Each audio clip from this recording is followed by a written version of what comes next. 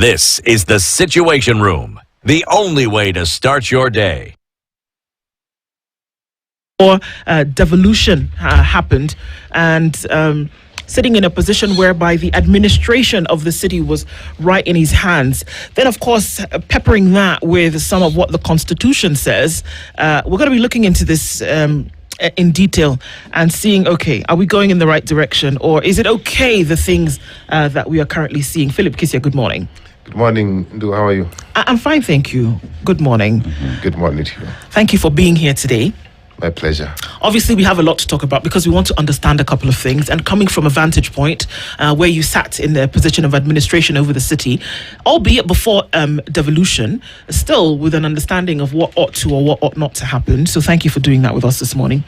Before we get into this conversation, Dennis has a proverb that he's going to share with you. Yes, we are in Cabo Verde, also known as Cape Verde today. And it is a low middle income economy with limited natural resources. But one of the greatest resources the country has is its beaches. So tourism is booming in Cape Verde. And due to that and in inflations in the country, its currency is actually pegged to the euro, which helps now the country's economy and the inflation to be controlled. But the proverb we get from Cabo Verde today is the sea connects what distance separates. The sea connects what distance separates. How would you interpret it? Well, I would want to imagine that God has given each geographical area a resource that can be deployed to fill in the gaps. Yeah. To fill in the gaps. Fill in the gaps, yeah. Okay. Yeah, I had problems with that this morning, but I think it actually does make some sense. So let's look into Nairobi a little bit, because there's a lot of sentiment around what's going on at the moment. We did see a ceremony yesterday that took place at State House between the county governor, Sakaja, and the national government, of course represented by His Excellency the President William Ruto at State House. And of course we saw in tow was the Attorney General, Dorcas Oduor, the Prime Cabinet Secretary is the one who signed this as the head of the implementation committee, that essentially functions of the county government are then being, I mean, we can use so many words, but look, they're being handed over to the national government to then operate. I don't know if it's for a period of time or if it's eternally, but let's do an overview first and what you make of this as we then go ahead into what the Constitution says and what you can or cannot do. Well, first of all, thank you for having me here. I think this is the first time this year, so I'm happy to be with both of you. Karibu sana. Okay, the Constitution has envisaged a situation where the two governments, the county government and national government, will get into a space that they need to either cooperate or collaborate. And I think that was captured under, I can't remember the articles, but again, I think they have applied Article 183 and 184. 183 basically hands over specific functions as outlined in the cooperation agreement to the national government. So if I may, in effect, so 187 allows a functional power to be transferred from one level of government to another by agreement, providing it leads to more efficient service delivery and is accompanied by necessary resources. Yeah, now that is where my problem sits. You are saying 187 that you're transferring functions because one set of government is unable to carry out those particular functions. Yep. The question then would be that the person who the functions are being transferred to, does he or her have capacity? Can he do better? Because you're transferring the functions because you're unable to carry them out. So the question I'd be asking is, the entity that is taking over, does it have the capacity? Does it have the necessary experience, the necessary resources to carry out those particular functions? The other challenge I'm having with this cooperation arrangement, whatever you may want to call it, cooperation, the other one is NMS, whatever you want to call it, they are basically handed over the executive function as as outlined in Article 183. Okay? So, therefore, rendering the executive redundant, the county executive. They have no job to do because that particular function or functions have been taken over by the national government. So, really, what should be disturbing Nairobians and Kenyans, you included, is the timing. Because we barely have a year and a half to elections. What will the national government do that the county government cannot do in the next 1.5 years? Where were they 2 years ago? Is it a challenge they have just identified? Are they really being honest with Nairobians, with Kenyans? Is it possible that Is it not just an avenue to open or to create a special purpose vehicle for the purposes of raiding the public coffers? For what? I mean, when you raid the public coffers, you know what to do with the money. I don't know. I've never raided when you them, raid, so I'm not sure. I've never raided public coffers. What do they do? But you know, when you raid public coffers, they end up in people's pockets. When you raid public coffers, it's not for the good of the people. It's for the good of a few individuals. So, from where I'm sitting, I see a situation which is worse than we experienced with NMS. If NMS was chaotic, by any definition, I don't know what definition you'll give this particular arrangement, because the timing is so poor. The people who claim to have taken off the functions, or the arm of government that has taken off the functions, has not demonstrated by any means of imagination that they have capacity. Let me give you an example. A basic example. The national government, 2 years ago, promised to clean our rivers, the Nairobi rivers, and all the rivers in Nairobi. Have they been cleaned? Have they been cleaned? No. The national government, 2 years ago, and I was in this station, this particular station, when I think it was in July, I think 2.5 years ago, when the national government, under His Excellency the President, promised to plant 15 billion trees. Have those trees been planted? Still planting. So, and if they're planted, how many have been planted? But the question is, even what they set to achieve has not been achieved. So why take up more responsibility when the responsibilities you have, when the functions you have not been delivered? Kesia, you were clerk, Nairobi County, Nairobi, right? And let's look at, I want to look at how much the county has been given since 2022. So financial year 2023-2024, 20 billion. Financial year 24-25, 20.1. So a total of 61 or about 62 billion shillings. That is not adding the on-source revenue that Nairobi has collected. Yeah. Now here we're talking about 80 billion shillings that this the deal that the national government wants to spend to transform Nairobi City. And I look at what has been given to Nairobi County together with what it has collected, and one asks the question, what has all these billions done so far for us to say that the current governor has failed because he does not have resources? We don't know why, the reason why he's saying he's not able to do that. But anyone would, even if I was the president, I would ask, okay, fine, you want to let go. You've been given 62 billion shillings. How have you spent the same? Where has that money gone to? What is your on-source revenue? And how can we help you fix the problems there are? Should we still have the governor? Dennis, that is a question that should not be asked by the president. That is a question that must be asked by you and me, the people who voted in the governor. How have you spent our money running into billions of shillings? So don't wait for the president. I think sometimes we expect too much from this president. He has many other challenges, and I'm not saying that I have a brief from him, but I'm saying that we have a responsibility as Nairobians to ask questions. Now, forget about even the money that Governor Sakaja has received from the national government, which is 60 billion, mind-boggling. Can I tell you how much we used to get as transfer from the national government so that we can put it into context? The highest I received was 2.9 billion. Okay. 2.9 billion. So in my last financial this is almost year. 30 times. In my last financial year, I received 2.9 billion to carry out almost the same functions that the current county government is carrying out. 2.9 billion. So when I hear of such figures, they are mind-boggling. But what is most disturbing is the fact that the government, the national government, wants to blow. They want to blow 80 billion in a year and a half. And, if you look at our procurement regulations and the procurement law, you just want to ask yourself, how will they procure services? Are these services that have already been procured? What method of procurement are they going to deploy so that they can actually utilize these funds, 80 billion? The second question that people must be asking, where was this money? 80 billion. Where was it?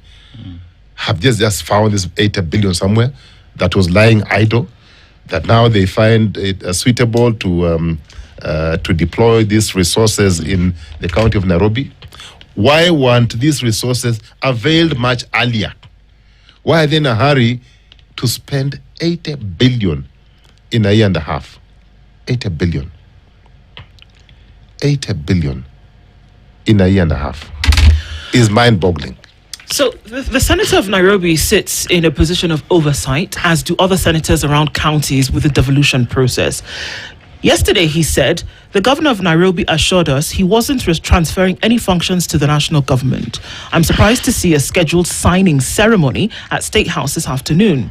As we await to see what the actual thing is, I remind Johnson Sakaja to be mindful of the provisions of the Constitution and the need for the involvement of the electorate and the leadership of Nairobi prior to making such decisions. Any unconstitutional clawback to devolution shall be strenuously resisted. A comprehensive statement shall follow. So, of course, there's something that will come, but there is leadership of Nairobi. There are wards, there are constituencies, there are areas that are led by other individuals. From your understanding that Nairobi, when you compare it to other counties, has a higher profile. It is the capital city, and it also is the hub for many things, despite it also being a county at the same level as others. Now, if this happened, and also considering the fact that this is an elective position as governor, should there have been a conversation with the electorate? Absolutely, Ndu. I mean, the mandate of managing the affairs of Nairobi were transferred from the people of Nairobi to Governor Johnson Sakaja. So if at any point he felt that he was incapacitated or did not have the ability, or if he has now just discovered that the job is quite weighty, the decent thing to do for him was to have gone back to the people of Nairobi, report back to them, because they're the ones who transferred the mandate. They're the ones who gave him the mandate to run the capital city. So he should have gone back to them, explained to them why it was necessary to transfer the functions on a temporary basis to the national government. He has no authority. The authority he has squarely lies in the people of Nairobi who donated to him. So he could not just have made an arbitrary decision, to sign this thing they're calling cooperation agreement between the national government and the county government. I don't even know to what extent the county assembly has been involved. I really don't know. I've not had that conversation being held in the county assembly. And yet the county assembly is the oversight body. Are they trying to suggest that even the oversight body had failed? Are they saying that even our super senator, Sifuna, failed in oversighting? That he has not seen the gaps in this county for the last three and a half years? That we're just waking up to find that the county is completely failing, and therefore there's need to have intervention at the last minute? Those are questions that I think Governor Sakaja needs to be asked. And I was hoping that Governor Sakaja would be here to answer some of these questions. Kisia, as a resident of Nairobi County, I voted in, right? Who I voted for. But the governor... But you voted? I voted. I hope you made the right choice. The governor is the governor today, right? He's been transferred, the responsibility of running this country has been donated to him by Kenyans who live in Nairobi. If the governor today would turn around and say, things that I promised I would do, I'm unable to do. I therefore knowingly, in sound mind, decide to hand over these powers to the national government to run these things, that is an indictment to himself. And one asks the question then, if you have failed, why do you want to continue being there? Shouldn't the conversation be, because you have failed, go home? Because what is he doing? If all these things is ceded power, his own executive members are no longer able to deliver because their functions have been transferred to the national government. Why do we have the entire structure of Nairobi County government if they are unable to do things they are supposed to do? Should the conversation then be, because you have admitted failure, the next course of action, MCs should proceed and impeach the guy? Well, I think you've answered yourself, Dennis, that when you've been given an assignment or responsibility and you fail to deliver, the decent thing to do is to resign. Yeah. Yes. The decent thing to do. You don't even have to wait to be fired. The decent thing to do is to be fired, to fire yourself. But we live in a country where people don't believe in getting fired or being fired or firing themselves or stepping aside. That is the country we live in. Unfortunately, this is a situation we find ourselves in, very deceitful. Who should we be blaming, Dennis? The first thing that we should look at are our political parties. How can you hand over, if you are in private sector, the question that you would ask yourself, would anybody who is incompetent, who is not qualified, who does not have the necessary skills, would they be given a job at top level, at CEO level?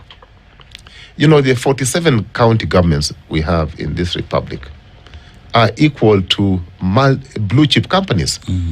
Actually, some of them are bigger than some of these listed companies on NSE.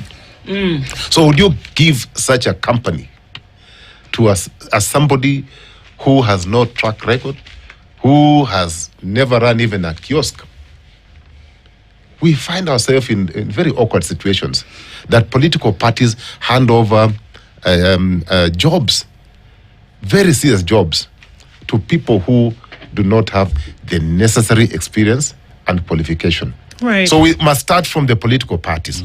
Number two, then I turn my eyes onto the people of this republic. You included, me included. Let me ask you a question, Dennis. Today, if you were to fly to London, you go to the airport, you then get into a Boeing 737-800 series, and you are told the guy in the cockpit has never even, driven a motor vehicle. He has not even driven a matatu. What would you do? Get out. You run. Yeah. You run fast. So how come that the people of this country find it fit to give assignments, to give very, very serious jobs, starting from the president, cabinet secretaries, principal secretaries, to people who have absolutely no experience, have absolutely no qualifications to hold those offices? What are we doing to this country? If it cannot be done in private sector, why should it be done in public sector? Why? Does public sector deserve less? Actually, it actually deserves more. Yeah, of course. Above everything else, it deserves much more. This is interesting because he may not have known it, but the president also said the same things that we are saying today, that the governor of Nairobi was unable to do the work that he's been given by the electorate. And I'll tell you how. He insisted that the deal is anchored in law and should have actually been implemented 14 years ago. So do your math. Right? 14 years ago, and look at who stood or sat in the positions of governor of Nairobi and what they did or didn't do. He described it as a shame that the capital city is sinking in filth. If it's sinking in filth today, in our English, we learned that it was present continuous, currently going on. Yes. It is sinking in filth, and you have a county boss. There's the first indictment. The capital city must work. It must meet the highest standards of order, infrastructure, and efficiency, as well as service delivery, not only for its 5 million residents, but also for the millions who depend on it every day. So if he's saying it must, that means it's not. Again, you have a county boss. Indictment number 2. He added, Nairobi carries national, You're talking regional. of which president? This is President William Ruto. This is what he said at State House yesterday during the signing over ceremony. So I want to now finish the third, and then we ask the question: if he has said that there's obviously a failure on the part of the governor of Nairobi. He added, Nairobi carries national, regional, and global obligations, yet it is funded largely through the same formula as other counties. At the same time, the president clarified that he has no intention of running the city, noting that his hands are full. However, he said he has an obligation to assist the city. He said the national government will inject funds into key projects under the deal. I'll stop there because number one, the nation budgets.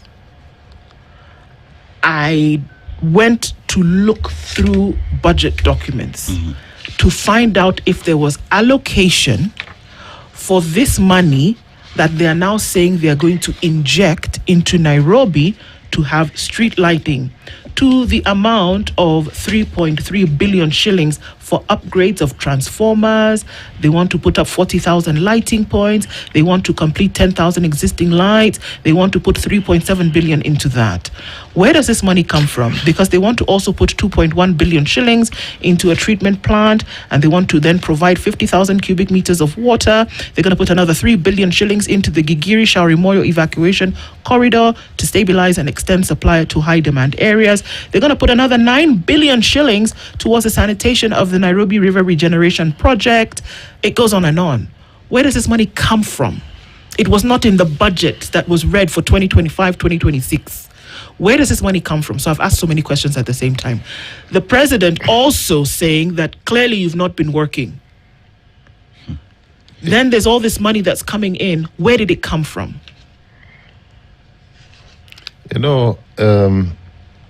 That's why I was a bit shocked when you are reading that statement. I was wondering whether it was the same President Ruto or you're referring to a different president. Same one and only, sir.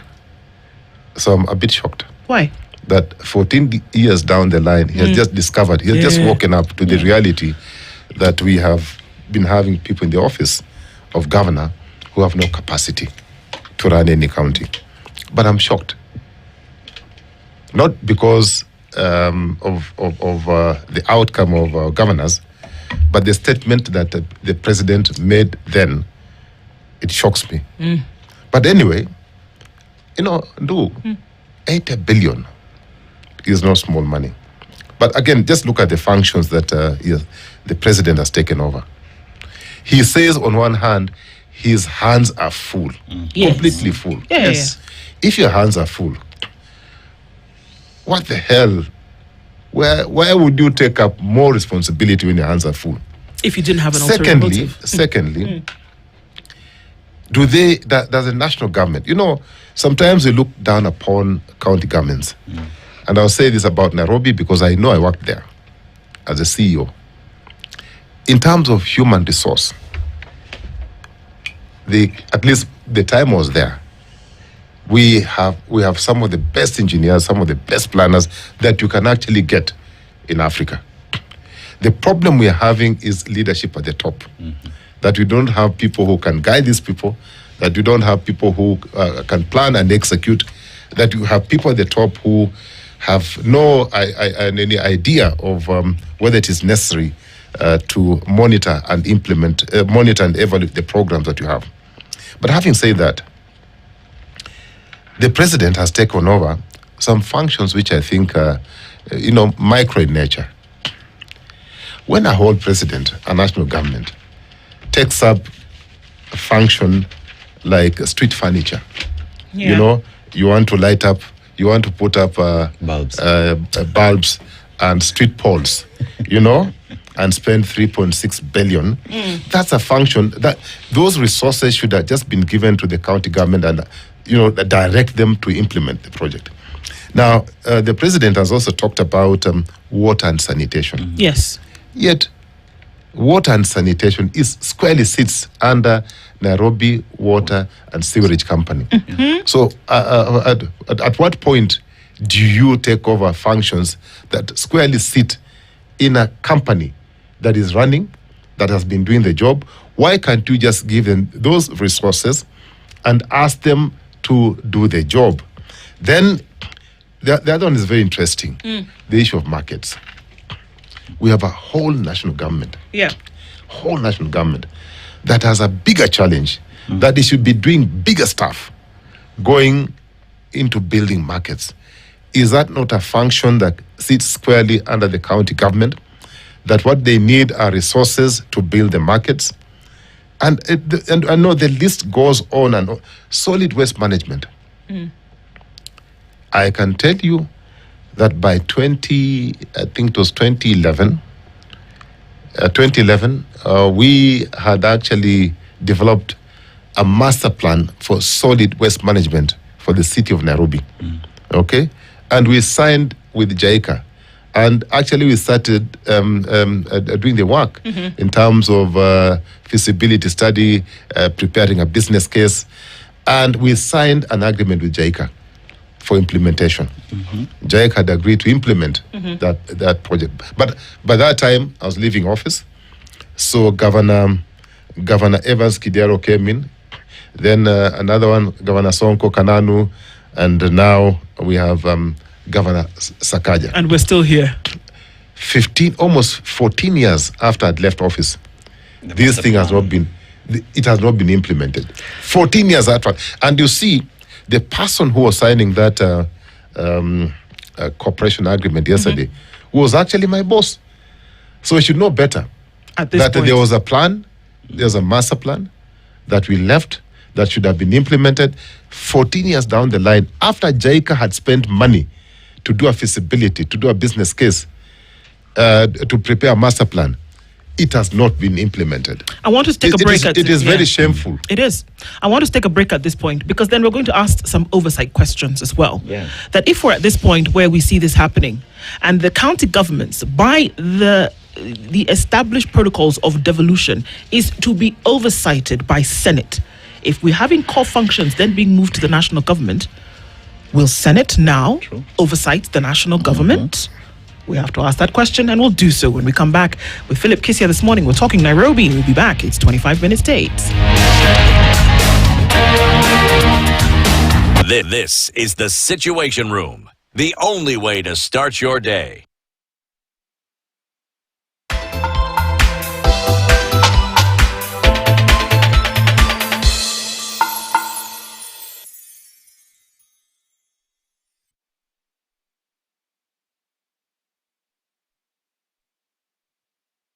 Sour petroleum jelly repairs dry skin like no other. Easy to spread and non-sticky like no other. Great quality product from Pwani Oil. In a world drowning in half-truths, in whispers that masquerade as facts, how do you find the real story? You cut through the noise, you demand clarity. For decades, the Standard and the Standard e-paper have been Kenya's unwavering heartbeat. It is judged, every word, every angle, bold enough to challenge and reveal factual above all else. But the truth isn't static. It evolves in every moment, and so do we. Presenting the Standard all-in-one app, your direct portal to real-time news, curated entertainment, and premium content. From the unfiltered truth of breaking stories to the depth of our exclusive investigations. From powerful podcasts that challenge perspectives to the complete e-paper experience in your hands. This isn't just an app. It's your daily dose of pride in Kenyan journalism. It is the trust you deserve. Don't just hear news. Understand it. Live it. Download the Standard all-in-one app today. Be part of something bigger. The Standard. For generations, Kenya's unwavering voice. Judged, Bold, factual. Lazima boy, tuna finish kumalo. Round this tuna finish kumalo. Boy, tuna finish kumalo. Kubash to life tuna malo. Boy, tuna finish kumalo. Ay, kwa Yesu kuna bamba. Nilimdigi kwa shini kwetu kubamba.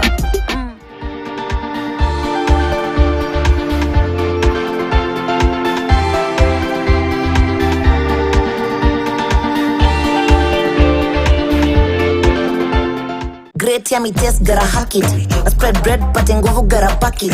Napaka nyweki design ya mogoro. Blue band, Julie natural cocoa. 5 vitamins, una grow plus ni tam nani Tuna hack snack na ki blue band choco for your growth. We value your feedback and welcome your comments, queries, and complaints regarding our content. You can get in touch with us via SMS on 22151, call 0719 012 111 or 0732 142 000 or email feedback@standardmedia.co.ke. Our PO Box number is 30080-00100 Nairobi, or deliver to our offices at Standard Group Center, Mombasa Road, Nairobi.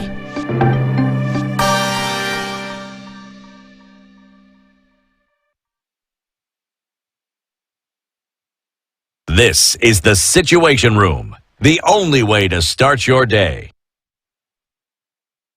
Its capacity as an oversight body for the county government. If we see core functions then, for which oversight is usually provided by the Senate, moving to the national government, who then will oversight that process? The Constitution is very clear, and that the oversighting body for the county government is the Senate. And therefore, the national government must now be ready to be oversighted by the Senate. Yeah, they must. I mean, you can't take over the functions and run away from oversight. Yeah. Therefore, my friend Musalia Mudavadi, the Prime Cabinet Secretary, must be ready to face the Senate. And it's just plain and simple, because at the end of the day, he's taken over the roles of a governor. Correct. And that would mean that even as I reckon that as we plan to question Musalia Mudavadi, questions abound as well on how funds have been spent in the county, because 60 billion, we're talking about 18 billion that ought to have gone into development, 30%, that has not gone into that. So as we query the cabinet secretary, equally, Sakaja must explain what he has done throughout his period as the governor. We cannot just leave it at that you've transferred, now it is, oh yes, Sakaja, umewacha. No.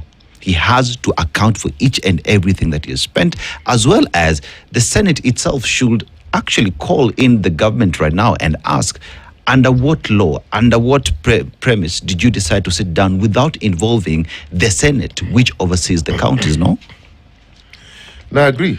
We live in a country where people really don't have respect of the Constitution. Because if they did, I think the first call would have been the Senate and the County Assembly to find out where the shortcomings are. But I think these guys must be very smart. They just imagine that the county is not performing.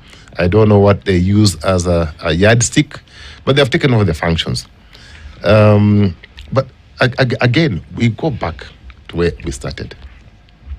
Where is the county assembly? Is it effective in terms of oversighting? Are they doing their job? Do they have capacity? Where have we gone wrong? The Senate, I know they have done some good job in terms of oversighting. And you saw the other day the county governors trying to run away from oversight. They were actually telling us that they should be the ones who determine who should oversight, when they should be oversighted, and how they should be oversighted. I think that is a sad state of affairs. When you take up a public job, you must be open to scrutiny. You must be able to face the oversighting bodies. even if you think that your office is above the oversighting body, you are a public officer, and therefore be ready for public scrutiny. The other office that does their job in terms of safeguarding public interest is, of course, the Auditor General. The Auditor General, as far as I'm concerned, has done a good job. The problem is now with other institutions that should take, the National Assembly. Do they follow up the Auditor General reports and take appropriate action? Does Senate take action against the county governments which have been found to operate out of the law? Those are issues that, as we go forward, we need to seriously look into, our governance structure and ask ourselves, are we doing the right thing? Okay, so then I'm a bit bothered because then if we're saying at this juncture that, like you asked before, did something happen? Did somebody wake up in the middle of the night and realize, hang on a minute, this thing is not working. Let's see how we can figure it out. But hundreds of millions of shillings later, 3.5 years into the thing, it's a bit too late in the game for you to then come and say, oh, we realize that this doesn't work. Nairobi has 85 wards. 85.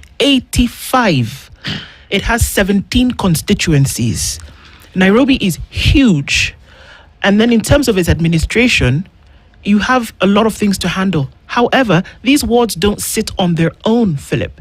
They have managers, otherwise known as members of the county assembly, otherwise known as members of parliament.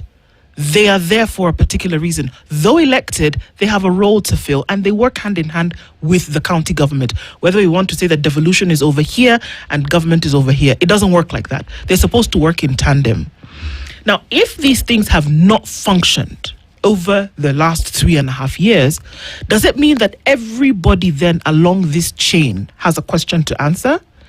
And we can connect it to this thing, I don't even know what it was, this thing that was built at the junction of Haile Selassie, that I don't know where it's going, that you're supposed to then be able to walk underground so that you're not caught off in vehicular traffic. I don't know what it was, but it was in the billions for it to be, is it finished? What? That thing, I don't know what it is. The walk pass, underpass. Not yet. It's not finished yet. It's not yet. I don't know its function, what it's supposed to do. So things like that, what happens to them?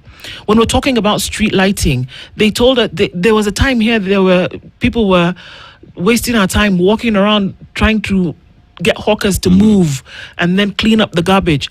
What happens to those projects for which money has already been spent? Remember, Nairobi got one of the largest indictments from the Auditor General in terms of lack of absorption of resources and then the least development across county governments.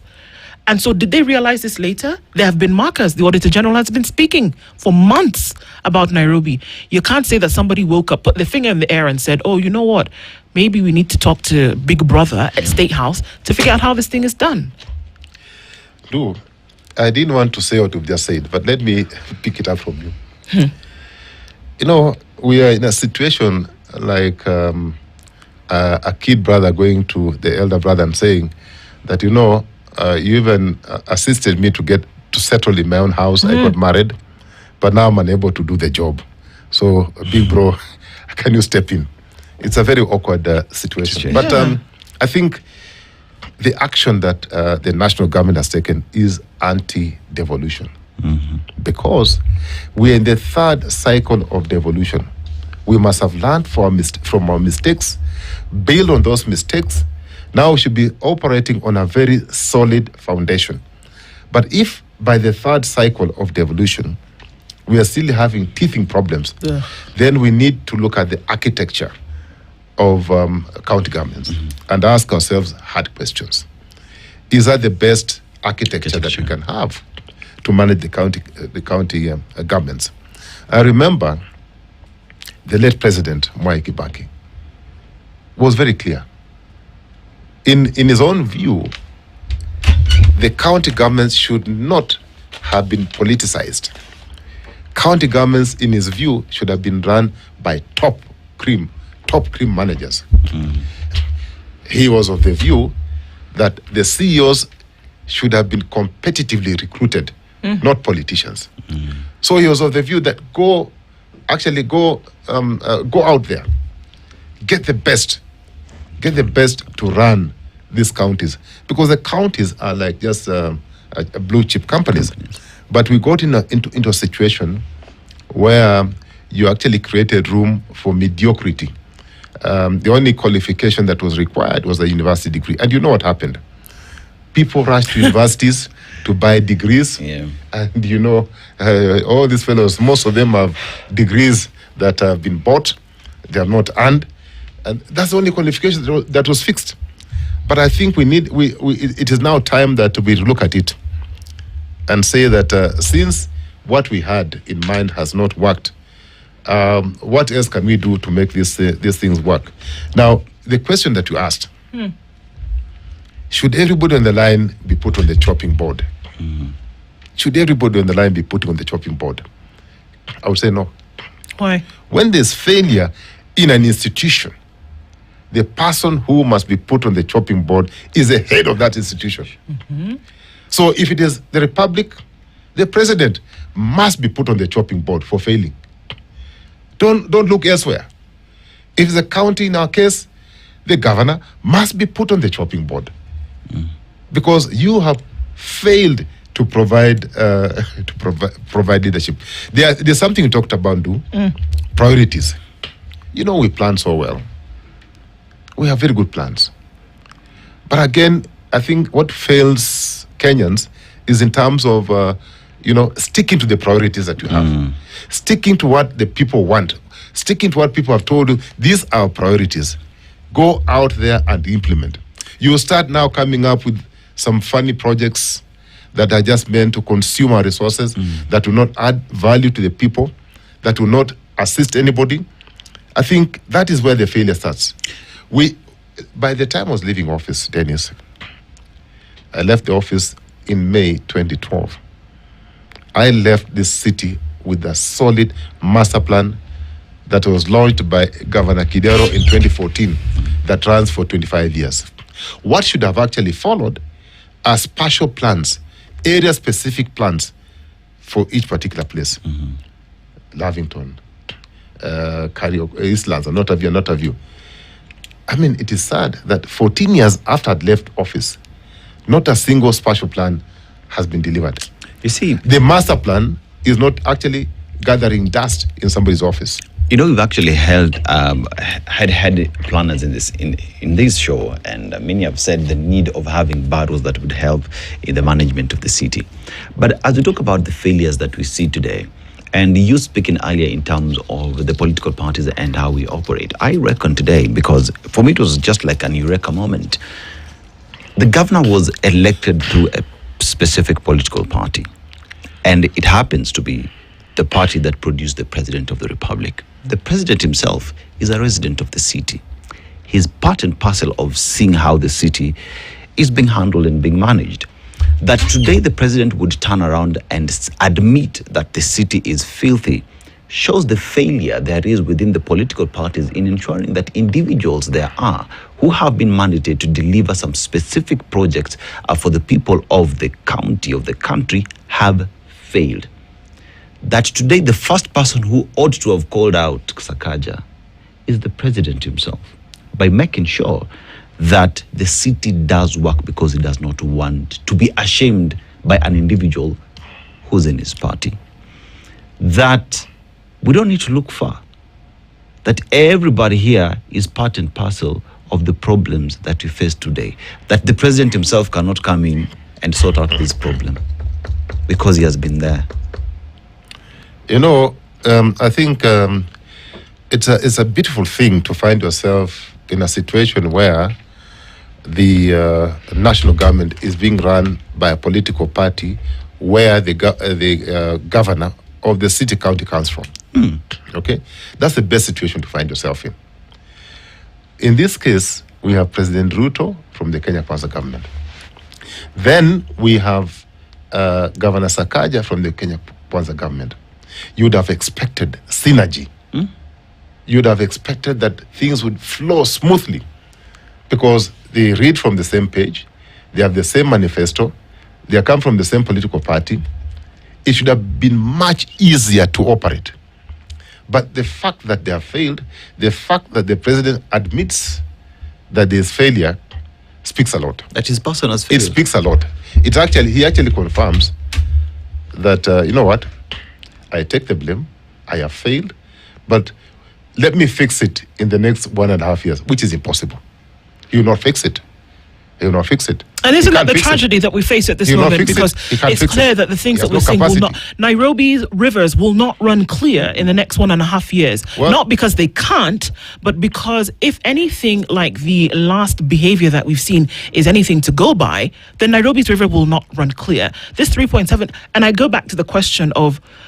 There always seems to be this magical pot of funds. I don't know if it's at the end of the rainbow or whatever it is. There seems to be a magical pot of funds that somebody can find that will fulfill a particular agenda when it works for them. And this is unfortunately where the politics of the day then gets invited into the room.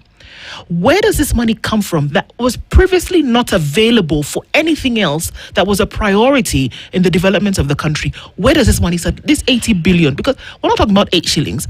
We're not even talking about 800,000 shillings. We're talking about 80 billion shillings.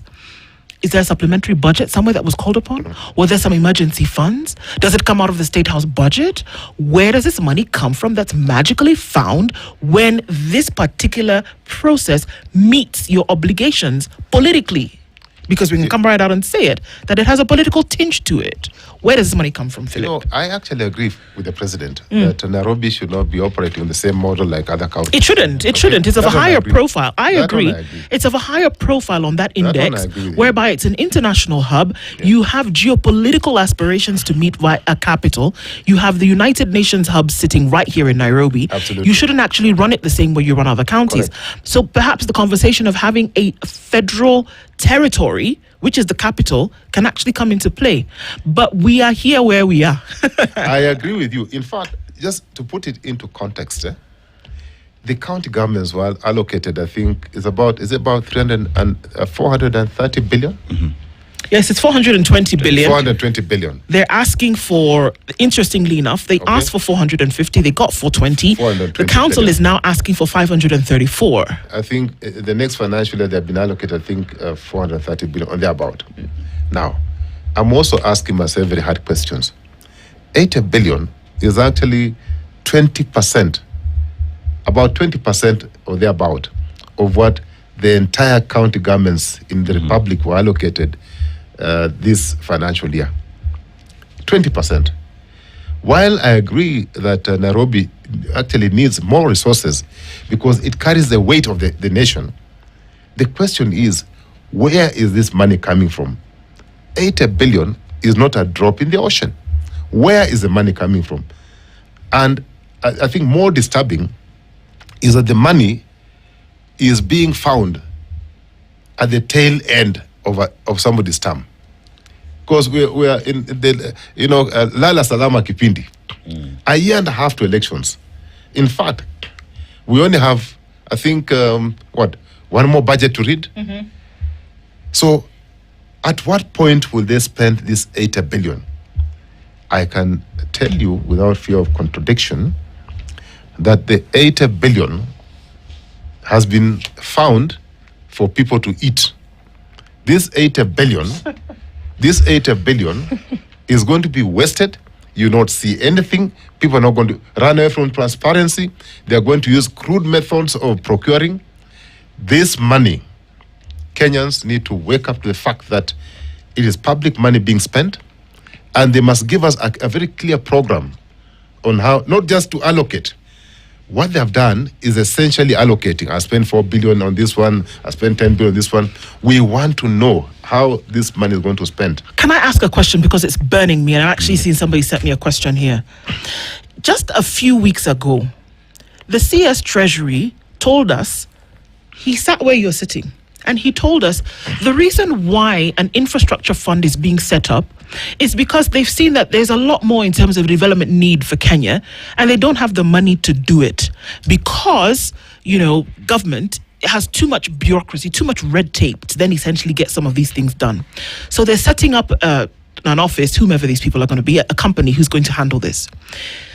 if you can find 80 billion shillings, in a quick span of time, like, okay, we mop up some money here, find 80 billion shillings to then be able to do this, why then would you need to sell the shares that a government has in a private company to get just half of that amount?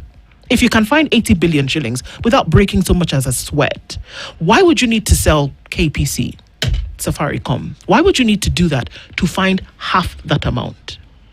I wish as part of government I would have answered that question, but I'm also as disturbed that this particular government is disposing of assets that Kenyans have worked for so hard. They are disposing assets that actually declare surplus and profits. Safaricom is one of them. Safaricom has never declared a loss from the time, from its inception. But from all of a sudden, somebody has found it fit to dispose it off for 200 billion shillings. And 200 billion shillings is money that the company can actually return to treasury as profits, maybe the next 4, 5, 6 years. Why would you sell that? Why can't you ring-fence that revenue from Safaricom to do the same job? Why would you want to sell it? Why would you want to sell the shares? Why can't you wait? Why can't you ring-fence the same money that you would have got, ring-fence and do the projects that you want to do and deliver the projects? You see, when you hear people selling assets, there's a lot that goes into it. Okay? One, the same people buy back the assets at throwaway prices. Two, there's a lot of consultancy that goes in, finder's fee and advocates and what have you, and people make quick money for themselves. So, when we talk about progressing to the levels of Singapore, Singapore never used this model of selling its assets and selling its heritage. You're about to annoy Dennis. Selling its assets and selling its heritage to get to where it is today. Yeah. They purely use good management. I tell you what. The management, it was about management and leadership. Sound management, sound leadership delivered Singapore to where it is today, not selling of assets. Tell you what, Nairobi Water and Storage Company in 2025 generated 11.7 billion. 2023, 2024, 10.7 billion. 2022, 2023 generated 9.6 billion shillings. That is just a company within Nairobi County government. You go to taxes collected in transport and everything else, and you are seeing how these 80 billion shillings that the national government wants to inject is money that is within the companies within Nairobi County government. Shakespeare wrote a play. It's called Hamlet. And in Act 1, Scene 4, just after the ghost of a dead man had appeared to a gentleman called Marcellus, do you know what he said? He said, something is rotten in the state of Denmark. And it does all that. In this case, perhaps there's something that there's more than meets the eye here. But it doesn't make sense. If we're able to figure it out here, that it doesn't make sense. We need to our eyes need to be opened about what might really be going on.